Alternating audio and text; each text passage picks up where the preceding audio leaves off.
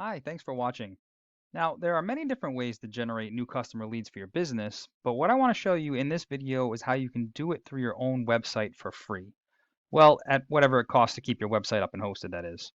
Now, this way, you're building your own brand, and these leads are coming exclusively to you and not other businesses as well, unlike using some third-party sites like Angie's and HomeAdvisor. Then I'm also going to show you the amount of traffic and leads coming into the top competitors in your area so you can see just how much you could be getting. So for comparison, I've taken your website as well as the top search results from a few different areas that we mentioned, Brentwood, Pacific Palisades, and Malibu, and I put all the top performing websites into this tool that I use. And it shows me all the information that Google uses to determine your position in search results, and then rates its strength and trust on a scale of 1 to 100. So you can see just briefly looking over some of these numbers, why these websites are outranking yours and being listed on the first page. But let me just briefly go over what these numbers mean. So as we go through your site, we can see what changes need to be made in order to affect these and affect the rank. Now, when Google is determining how to rank a website, it uses two factors. The first is what's called the authority or trust that it has in your site. Now, this is basically a popularity contest because this authority is gained when other domains or websites refer back to yours, and then they create a link, which is called a backlink. These act as an endorsement that Google uses to build trust because others are vouching for you.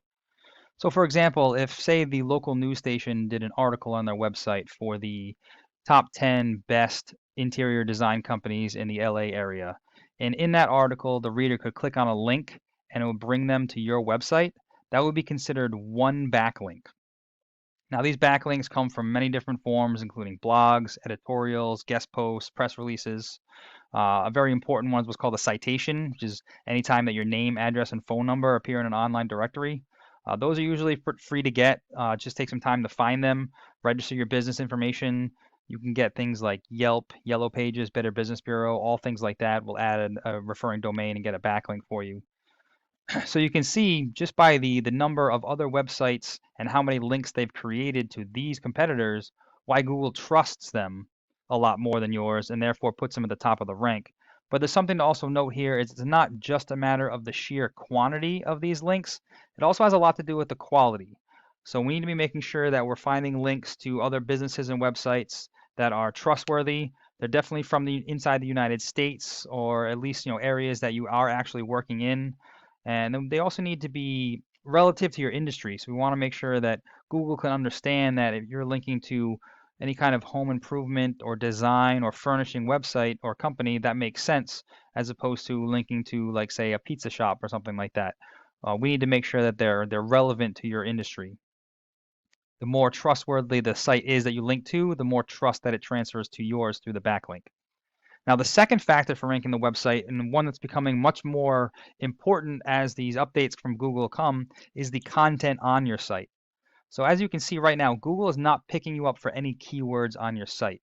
So if we just take a quick example here and one of the competitors for the other areas, this list shows me all the keywords and phrases that are being typed into Google search, as well as the volume, the number of times per month they're being searched.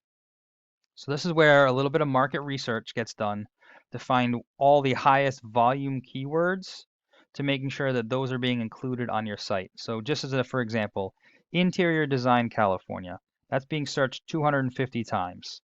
If this was found on your site and you were ranking in the top of the first page, 250 people a month will be seeing your website. Now, Google Analytics estimates that of the total search volume, 10% will be converted into a lead flow. So upwards of about 25 people would contact you, whether through email, submitting your contact form, or calling you directly. Now, depending on the scope of the job, obviously profit margins can vary, but you can just see how the sheer volume of leads coming in at the end of the month can definitely add up to some revenue. And that's just for one keyword phrase. And we repeat that same process for all the highest volume keyword phrases. And then we get even more specific where this is the entire state of California. So you can't even be assured that all 250 people are going to be looking for things in your area that you service.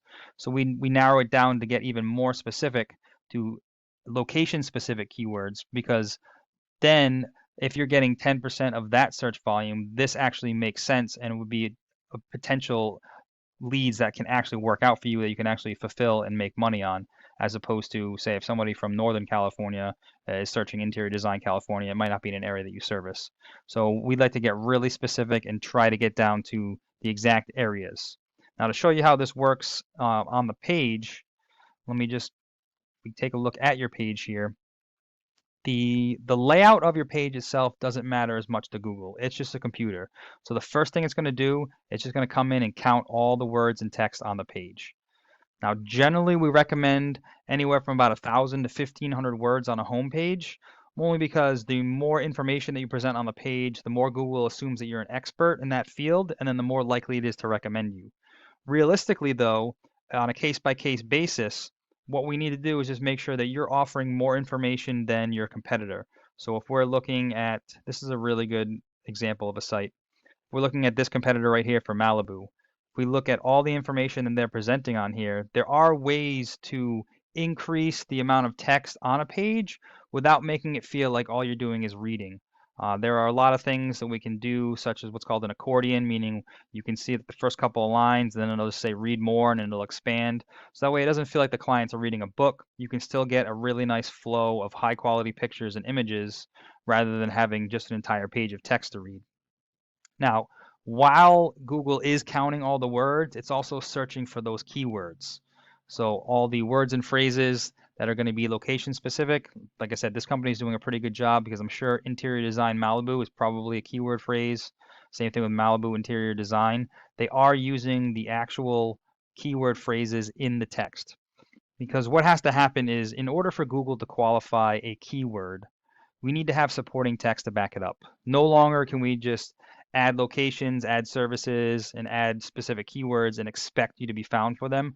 Google is actually reading the material on your website. So in order to be, like I said, qualify one of the keywords, we need to have about 100 to 150 words of text to back it up, meaning it has to be speaking directly about the keyword phrase. So if they're talking about interior design in Malibu, then the rest of this is all going to be talking about Malibu, anything to do with home, office, design, construction, things like that.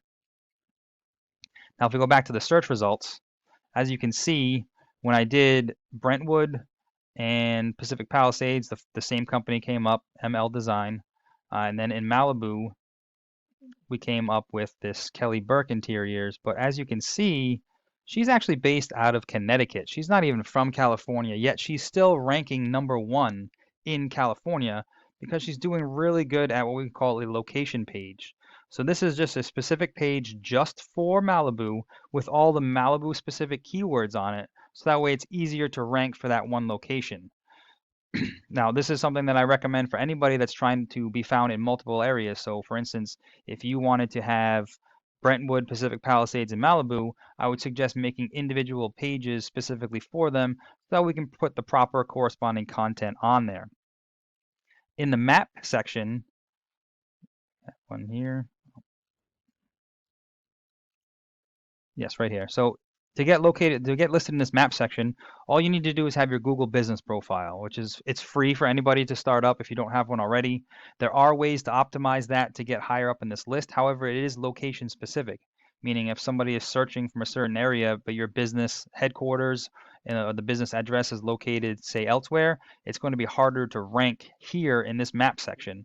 So that's why what we call the organic search results, this is where we can make sure that you are getting ranked for your website based on the amount of trust that it has. We build all those links to gain that authority, getting more of those backlinks, and then making sure you have the right corresponding content.